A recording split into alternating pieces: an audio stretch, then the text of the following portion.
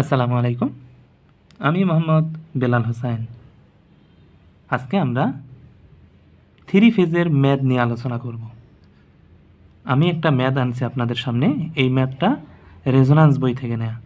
এই ম্যাথটা থেকে আমরা নির্ণয় করব phase voltage, phase current, line current, phase power, total power, reactive power, apparent power. এই টোটাল জিনিসগুলো আমরা নির্ণয় করব।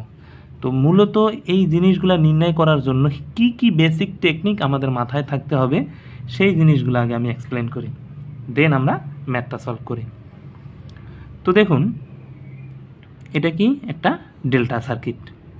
এই ডেল্টা সার্কিটের মধ্যে এটা যদি এ প্রান্ত হয়, এটা হবে বি, এটা হবে কি সি।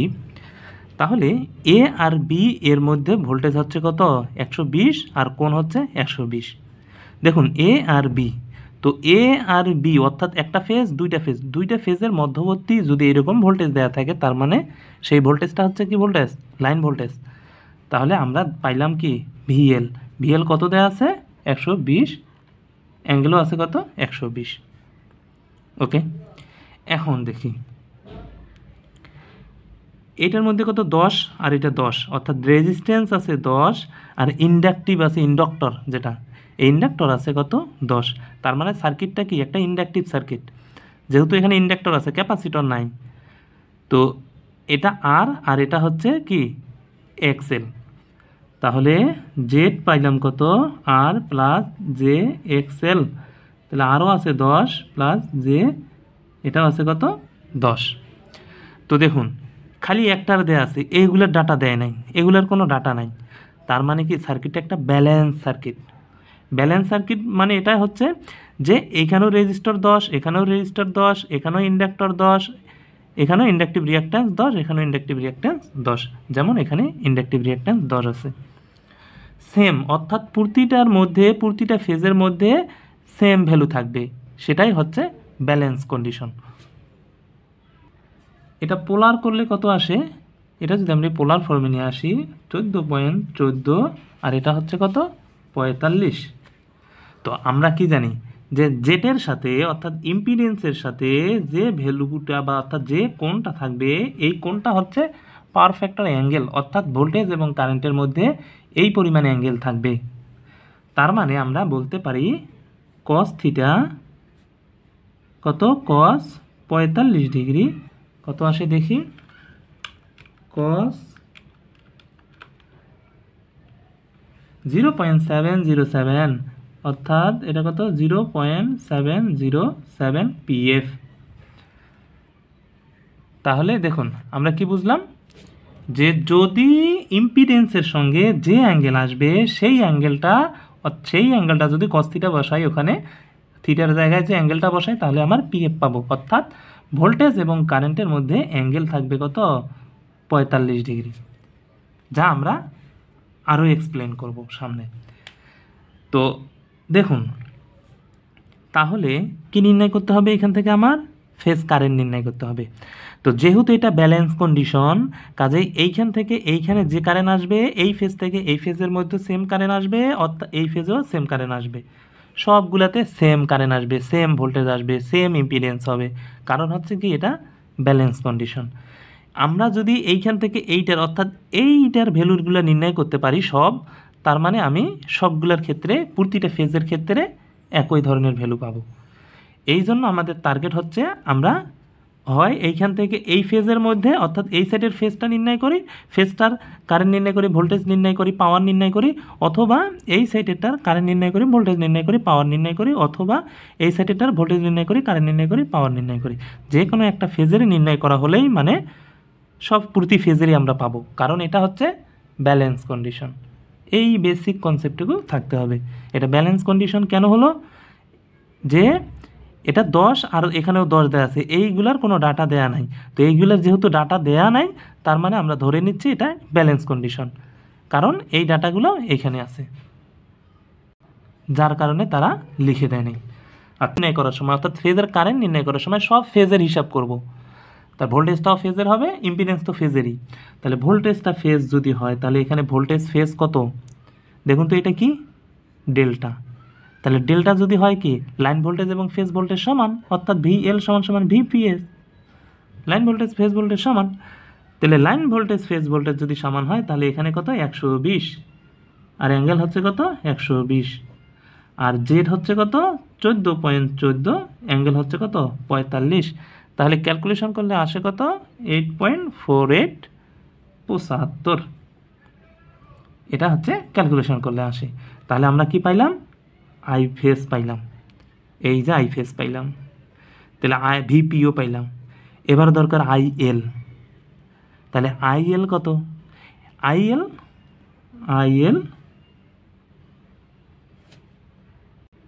√3 IP, অর্থাৎ ফেজ কারেন্টটা যেটা হয়েছে সেটা √3 গুণ বেশি লাইন কারেন্ট। তাহলে লাইন কারেন্ট হচ্ছে কত এখানে 8.48 গুণন √3, তাহলে আসে কত 14.7। এখন আপনি বলবেন যে এখানে আমি অ্যাঙ্গেলটা কেন নিলাম না, যে এইখানে তো IP সমান সমান অ্যাঙ্গেলটা সহ আছে। আপনি অ্যাঙ্গেলটা নিলেও এই অ্যাঙ্গেল 75 আসবে। তা যেহেতু আমরা শুধুমাত্র এমপ্লিচিউডটা দেখতেছি, অর্থাৎ অ্যাঙ্গেলটা না, তার এমপ্লিচিউডটা হিসাব করতেছি, কাজেই আমরা এই জায়গায় ওইটা নিলাম না, হয় অ্যাঙ্গেল নিলাম না। আর একটা জিনিস, অবশ্যই একটা জিনিস, আপনি যদি ভোল্টেজ নির্ণয় করেন ওর এককটা এখানে লিখে দিবেন ভোল্ট, এগুলো কিন্তু বেসিক টেকনিক, এটা আপনার ভিতরে থাকতে হবে, ছোট ছোট বিষয়গুলো। আবার যখন আমি কারেন্ট নির্ণয় করলাম, কারেন্টের একক এম্পিয়ারে দিতে হবে। যেমন এটা কারেন্ট নির্ণয় করছি, এটার একক এম্পিয়ার দিতে হবে। এটা ইম্পিডেন্স নির্ণয় করছি, এটার ওহম বসাতে হবে, মানে এককগুলো দিতে হবে। দেখুন এখানে ওহম দিতে হবে। তো ওভারঅল হচ্ছে এখন আমরা নির্ণয় করব, আমরা তো ILও দেখলাম, ফেজ পাওয়ার। দেখুন ফেজ পাওয়ার, তাহলে ফেজের যদি কারেন্ট নির্ণয় করতে পারি, ফেজের যদি ভোল্টেজ নির্ণয় করতে পারি, ফেজের আবার যদি পাওয়ার ফ্যাক্টর জানি, তাহলেই তো অবশ্যই আমি এইটার ফেজ পাওয়ার পাবো। তাহলে ফেজ পাওয়ার, দেখুন ফেজ পাওয়ার মানে কি, প্রতি ফেজ, কয়টা ফেজ আছে 3টা ফেজ, তাহলে প্রতি ফেজের পাওয়ার, তাহলে একটা একটা করে ফেজের পাওয়ার নির্ণয় করব। তাহলে ভিপি এটা কি ফেজ ভোল্টেজ, আইপি এটা কি ফেজ কারেন্ট, গুণন কস থিটা। আমরা তো জানি পাওয়ারের সূত্র কি VI cos থিটা। তাহলে VI cos থিটা, যেহেতু এটা ফেজের পাওয়ার, তাহলে ভোল্টেজটা ফেজের হইতে হবে, কারেন্টটাও ফেজের হইতে হবে cos থিটা। তাহলে ভোল্টেজটাও ফেজ হলে হতে হবে কি লাইন ভোল্টেজ ফেজ ভোল্টেজ সমান। তাহলে 120, অ্যাঙ্গেল কত, এখানে অ্যাঙ্গেল আর দিতে হবে না, এখানে শুধু অ্যাম্প্লিচিউডগুলো দিবেন। তাহলে আর এখানে হচ্ছে কত 8.48, আর এখানে cos থিটা আসতেছে কত, cos থিটা 45 অ্যাঙ্গেল। ক্যালকুলেশন করলে আসে 719.55 কি ওয়াট, এটা হচ্ছে উত্তর। তাহলে এখানে ফেজ পাওয়ার আমরা কিভাবে দেখলাম, যে ফেজ ভোল্টেজ ফেজ কারেন্ট আর এটা হচ্ছে অ্যাঙ্গেল। দেখুন এখানে অ্যাঙ্গেলগুলো লিখলাম না কেন, এই যে cos থিটা আমরা যখন নির্ণয় করছি, cos থিটা দেখুন, cos থিটার তো আমরা জানি 45 ডিগ্রি, তো কারেন্ট হচ্ছে কত 75 ডিগ্রি। তাহলে ভোল্টেজ এবং কারেন্টের মধ্যবর্তী কি কোণ, জিনিসটা আমি বুঝাই। দেখেন এটা রেফারেন্স ধরলাম, এটা হচ্ছে ভোল্টেজ রেফারেন্স, ওকে। তো ভোল্টেজ কত দূর গেছে 120 ডিগ্রি গেছে, তো আমরা কি জানি এটা পুরোটাই 180 ডিগ্রি। তাহলে এখানে হচ্ছে 90 ডিগ্রি, সরি এখানে 90 ডিগ্রি। তাহলে সে গেছে কত 120 ডিগ্রির মতো, তার মানে ভোল্টেজ এখানে আসছে, ভোল্টেজ 120 ডিগ্রি। আর কারেন্ট গেছে কত প্লাস দিকে গেছে, দেখুন এটা প্লাস 120, তার মানে সে প্লাস দিকে গেছে। তো আমরা জানি না যে এই দিকে যদি ঘোরে তাহলে প্লাস, এই দিকে আসলে মাইনাস, তাহলে সে এই দিকে গেছে কত 120 ডিগ্রি, ওকে।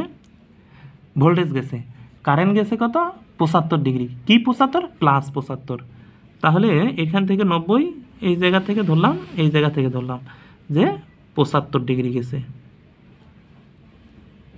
তাহলে 75 গেছে, এখানে গেছে। তো আমরা পাওয়ার ফ্যাক্টর কি জানি, ভোল্টেজ এবং কারেন্টের মধ্যবর্তী অ্যাঙ্গেল, অর্থাৎ এই অ্যাঙ্গেলটাকে আমরা পাওয়ার ফ্যাক্টর জানি। তাহলে 120 থেকে 75 যদি বাদ দিই, তাহলে এই অ্যাঙ্গেলটা আসে কত 45 ডিগ্রি, এই অ্যাঙ্গেলটা হচ্ছে কত 45 ডিগ্রি। এটাই আছে ইম্পিডেন্সের মধ্যে, দেখুন 45 ডিগ্রি, এটাই হচ্ছে পাওয়ার ফ্যাক্টর, যাকে ভোল্টেজ এবং কারেন্টের মধ্যবর্তী অ্যাঙ্গেল বলে থাকে। তাহলে এটা হলো কি প্রতি ফেজের পাওয়ার। তাহলে প্রতি ফেজের যদি পাওয়ার হয়, তাহলে টোটাল পাওয়ার কত হবে, খালি প্রতি ফেজের পাওয়ারটা, টোটাল পাওয়ার 3টা ফেজ, প্রতি ফেজের এটা পাইছি, তাহলে 3 দিয়ে গুণ, তাহলে 3টে ফেজের, তাহলে টোটাল পাওয়ার জাস্ট খালি এই পাওয়ারটাকে অর্থাৎ 719.55কে 3 দিয়ে গুণ, অথবা 3 ভিপি আইপি কস থিটা, অথবা √3 ভিএল আইএল কস থিটা। এই সূত্রগুলো অ্যাপ্লাই করতে পারেন। তাহলে 3 ভি অর্থাৎ phase voltage phase current cos theta যা আসলো পাওয়ার ফ্যাক্টর যেটা, অথবা √3 ভিএল এটা line voltage line current cos theta. আপনি এই লাইন কারেন্ট যদি দেন, এই লাইন ভোল্টেজ যদি দেন, লাইন ভোল্টেজ আর ফেজ ভোল্টেজ তো সেম, √3 দেন, তারপর যে উত্তর আসবে এটা দিল সেই উত্তর আসবে, আবার এই ফেজের পাওয়ারকে 3 দিয়ে গুণ দিলে সেম উত্তর আসবে। তাহলে উত্তরটা কত আসবে? 215, সরি আমরা একটু ক্যালকুলেশন করি, তাহলে আসে 2158.65 কত ওয়াট। ওয়াট হলো কেন? এটা পাওয়ার কি অ্যাক্টিভ পাওয়ার, অ্যাবজর্ব পাওয়ার, অর্থাৎ যে পাওয়ারটা গ্রহণ করে এটা এই পাওয়ার, এই জন্য তার একক হচ্ছে কি ওয়াট, ওয়াটে লিখতে হবে। তার মানে আমরা টোটাল পাওয়ার পাইলাম। এখন ভার VAR একক দেখে বুঝতে হবে যে এটা কি বাইর করতে বলতেছে, অর্থাৎ এটা হচ্ছে রিঅ্যাক্টিভ পাওয়ার। তো রিঅ্যাক্টিভ পাওয়ারের সূত্র আমরা কি জানি? রিঅ্যাক্টিভ পাওয়ার হচ্ছে 3 ফেজ, দেখুন 3 phase voltage phase current sine theta, এটাকে আমরা বলি কি রিঅ্যাক্টিভ পাওয়ার। তাহলে এই যে রিঅ্যাক্টিভ পাওয়ার এর একক হচ্ছে কি VAR ভার। তাহলে এখন এখানে ভ্যালুগুলো বসাইলে উত্তর পাবো। তাহলে এটা হচ্ছে কি, তো এটা 3, এটা হচ্ছে ভি সাইন, এটা 120 গুণন কারেন্ট হচ্ছে কত 8.48 সাইন 45 ডিগ্রি, এটা ক্যালকুলেশন করলে আসবে 2158.65। তাহলে এটা আমার ছিল কি রিঅ্যাক্টিভ পাওয়ার। আচ্ছা, আবার যদি VA নির্ণয় করতে বলে, অর্থাৎ আপাত পাওয়ার মানে অ্যাপারেন্ট পাওয়ার যেটা, তার মানে সেটাই খালি শুধু ভোল্টেজ এবং কারেন্টের গুণফল। তাহলে অ্যাপারেন্ট পাওয়ার নির্ণয় করি। দেখুন এখানে যেহেতু আমার পেজের শর্ট হচ্ছে, আমি উপরের দিকে লিখি অ্যাপারেন্ট পাওয়ার। তাহলে অ্যাপারেন্ট পাওয়ার যদি হয় VPIP অ্যাপারেন্ট পাওয়ার, তাহলে VPIP, তাহলে ভিপি কত? ভিপি ওই যে 120 গুণন আইপি কত, অর্থাৎ ফেজ কারেন্ট কত 8.48। তাহলে এটা ক্যালকুলেশন করলে আসে কত? এটা ক্যালকুলেশন করলে তাহলে দেখুন অ্যাপারেন্ট পাওয়ার VPIP এটা শুধু কিসের হয়েছে? একটা ফেজের। কয়টা ফেজ আছে? 3টে ফেজ আছে, তাহলে 3 দিয়ে গুণ। যদি প্রতি ফেজের অ্যাপারেন্ট পাওয়ার নির্ণয় করতে বলতো তাহলে এই 3 বাদ দিয়ে শুধুমাত্র ভোল্টেজ এবং কারেন্টের গুণফল দিতাম।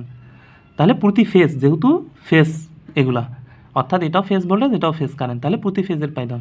তাহলে এখন 3টে ফেজ আছে, 3 দিয়ে গুণ দিলাম, তাহলে টোটাল আসে কত 30528।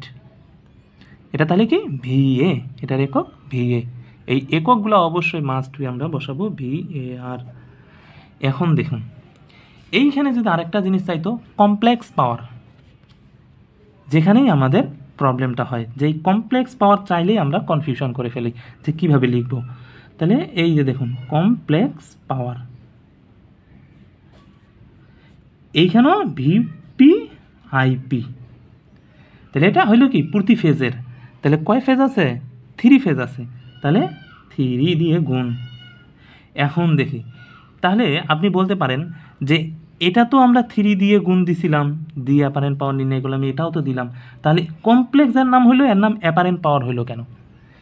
এর নাম কমপ্লেক্স হবে, কমপ্লেক্স যদি হয় তাহলে এখানে একটা স্টার চিহ্ন বসাবো, এইটুকুই পার্থক্য এর ভিতরে।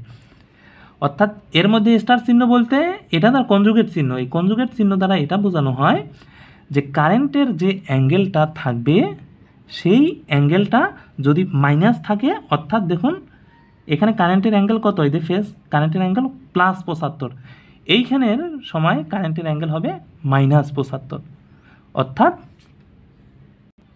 এটা যদি ক্যালকুলেশন করি 3 গুণন এটা হচ্ছে কত আসছে, টোটাল আমরা ভ্যালুটা লিখি 30528 30528.8, খালি অ্যাঙ্গেল হবে এখানে কত 45 ডিগ্রি। এটার মধ্যে অ্যাঙ্গেল ছিল না, এটার মধ্যে অ্যাঙ্গেল চলে আসলো। ভোল্টেজ হচ্ছে কত 120, তাহলে ভোল্টেজ 120, ভোল্টেজের অ্যাঙ্গেল আছে কত, অ্যাঙ্গেলও 120, আর এর অ্যাঙ্গেল ছিল -75, এখানে যেহেতু +75 কনজুগেট করাতে কী হয়েছে সে -75, তাহলে 120 আর এ হচ্ছে 8.74 -75, তাহলে আর -75 আর 120 থেকে যদি ক্যালকুলেশন করি তাহলে আসে কত 45। তাহলে এটাই হচ্ছে তার কমপ্লেক্স পাওয়ার, এটা হচ্ছে কমপ্লেক্স পাওয়ার, এখানে শুধু অ্যাঙ্গেলটা অ্যাড হয়েছে কমপ্লেক্স পাওয়ারের ক্ষেত্রে। এই কমপ্লেক্স পাওয়ারটা যখন আপনি, এটা তো পোলার ফর্মে আছে, রেক্ট্যাঙ্গুলার ফর্ম করবেন, তখন একটা আসবে কি অ্যাক্টিভ পাওয়ার আর একটা আসবে রিঅ্যাক্টিভ পাওয়ার, অর্থাৎ এই পাওয়ার দুইটা আসবে, অ্যাক্টিভ পাওয়ারের সময় এইটা পাইছি, রিঅ্যাক্টিভ পাওয়ারের সময় এটা পাইছি, এই দুইটাই চলে আসবে। তো এই সিস্টেমগুলো হচ্ছে বেসিক সিস্টেমগুলো আগে বুঝতে হবে, দেন ম্যাথগুলো করতে হবে। কমপ্লেক্স পাওয়ারটা কিন্তু খুব ক্রিটিক্যাল, এটা প্রায় অনেকে ভুল করে থাকি আমরা, কাজেই এটা খুব ভালোভাবে আমরা আয়ত্তে নিয়ে আসবো। এই ছিল আজকের লেকচার।